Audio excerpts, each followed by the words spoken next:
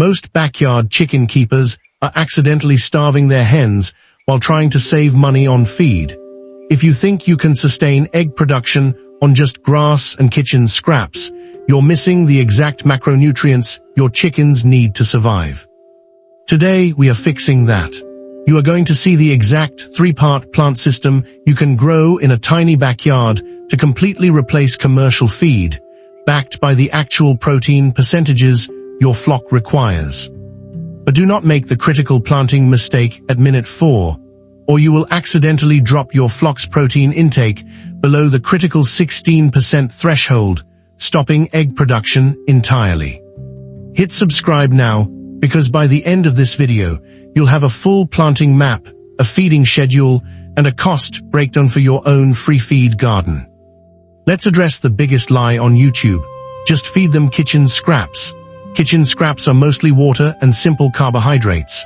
A laying hen requires a minimum of 16% crude protein and specific amino acids like methionine and lysine just to form a single egg, shell, membrane, and yolk included.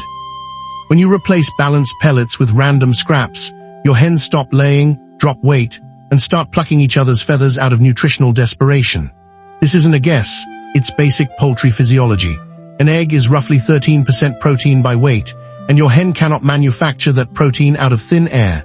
She pulls it from her feed, or she pulls it from her own muscle and feather tissue, which is exactly what feather plucking and molting out of season are early warning signs of. This is why every commercial bag is formulated to hit that 16% floor. To get 100% free feed, we cannot guess and hope grass clippings average out. We have to farm specific nutrients in specific ratios, the same way a feed mill does, just with soil instead of a mixing machine. Component number 1 is your protein engine. You are planting Russian comfrey bocking 14 and cultivating duckweed.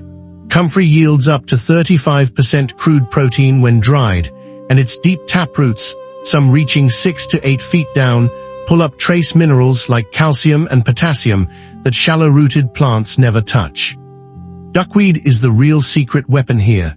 It doubles its mass every 48 hours in a simple bucket or stock tank of water, and it hits up to 40% protein on a dry matter basis. That's higher than most commercial feed. This one plant alone can replace the expensive soy and fish meal found in bagged feed, and it costs you almost nothing to grow once you have a starter culture. Harvesting is simple. Skim off about a third of the surface each week with a pool net, let it drain, and feed it fresh or dried. The remaining duckweed regrows the harvested portion within days, so you get a continuous, self-renewing protein source without ever replanting. Component number 2 is the fat and shell structural layer, sunflowers and amaranth. Chickens need dietary fats for yolk quality, feather sheen, and cold weather energy reserves. Black oil sunflower seeds provide those healthy lipids in a form hens can crack and eat directly off the head. Amaranth is the standout here because it's a rare complete plant protein, rich in lysine, the exact amino acid most plant-based feeds are missing. One mature amaranth plant can produce tens of thousands of tiny seeds, which you can let the birds forage directly from the seed heads once they dry on the stalk. You can even skip the harvesting step entirely by hanging dried amaranth and sunflower heads inside the coop or run. The birds do the threshing for you, and it doubles as free entertainment that reduces boredom-driven pecking. Component number 3 is your vitamin and pigment layer, alfalfa, clover, and marigolds. Alfalfa and clover are loaded with beta-carotene and vitamin K, which support blood clotting, reproductive health, and a strong immune system going into winter. Marigold petals contain xanthophyll, the natural pigment responsible for that deep orange yolk color you see in truly pastured eggs. The same compound commercial feed companies pay extra to synthesize and add back into their formulas. Just a handful of dried petals mixed into the daily ration is enough to visibly deepen yolk color within about 2 weeks.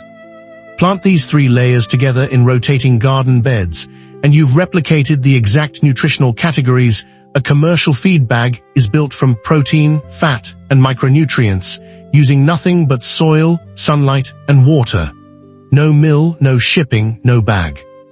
If this three-part breakdown is new to you, drop a comment with which section of your yard you're planting first. I read every one, and it helps me plan future videos like this. Here's the mistake almost every new grower makes at this exact stage: overplanting corn, squash, or other high-calorie filler crops and assuming volume equals nutrition. Chickens are opportunistic eaters. If you offer them a pile of starchy filler next to your protein beds, they'll gorge on the filler first because it's easier to digest and more calorie-dense per bite. This is the calorie trap. Your flock's protein intake silently crashes below that 16% threshold, even though their crop looks completely full. Egg production drops, shells get thinner, and most backyard keepers never even connect it to the garden. They blame the breed, the season, or the weather, when the real cause is sitting right in their feed tub. I've seen this exact pattern in flocks that looked perfectly healthy on the outside. The feathers were fine, the birds were active, but egg counts had quietly dropped by 30 to 40% over a season, purely because the ratio of filler to protein had crept out of balance without anyone noticing. The fix is a strict planting ratio. Roughly 80% of your feed garden should be protein and vitamin crops: comfrey, duckweed, alfalfa, clover, and no more than 20% should be calorie-dense filler like corn or squash.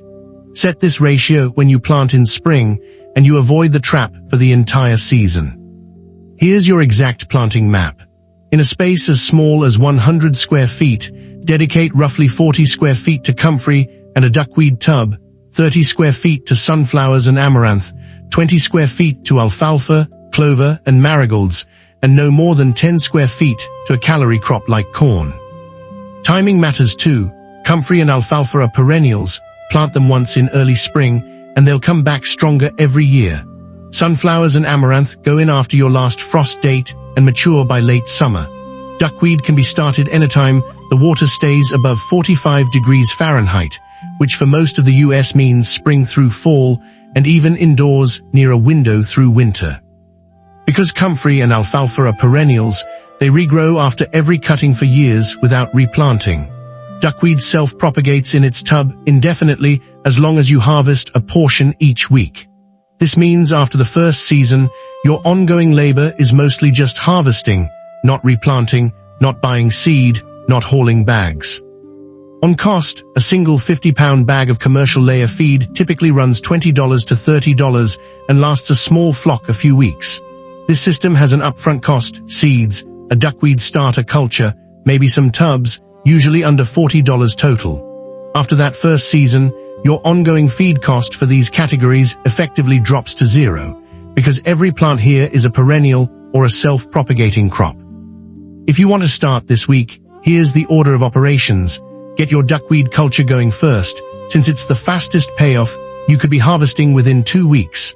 Then get comfrey crowns or root cuttings into the ground, since they take a full season to establish before their first big harvest. Sunflowers, amaranth, alfalfa, and clover can all go in from seed once your soil has warmed. Follow this ratio, respect the 16% protein threshold, and you will have hens that lay consistently, molt on schedule, and never touch a bag of store-bought feed again. If you want the full printable planting map, the exact spacing guide, and the week-by-week duckweed harvest schedule, it's linked in the description below.